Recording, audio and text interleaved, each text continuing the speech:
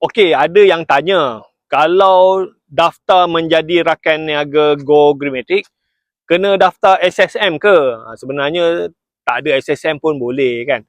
So kalau you tak ada SSM, okay, so you boleh gunakan company Go Greenmatic. Pelanggan boleh bayar kepada Go Greenmatic, dan kalau duit masuk ke Go Greenmatic, kita ambil 1% saja daripada bayaran pelanggan tu lah. 99% kita akan transfer kepada you kan. Okey. Tetapi kalau you ada bajet, boleh saja daftar SSM. Sebab apa? Kalau you daftar SSM, duit masuk dekat dalam SSM you kan. Lepas tu dia punya cash flow pun cantik. So you boleh mohon pinjaman bank untuk beli kereta semua kan. Okey, boleh.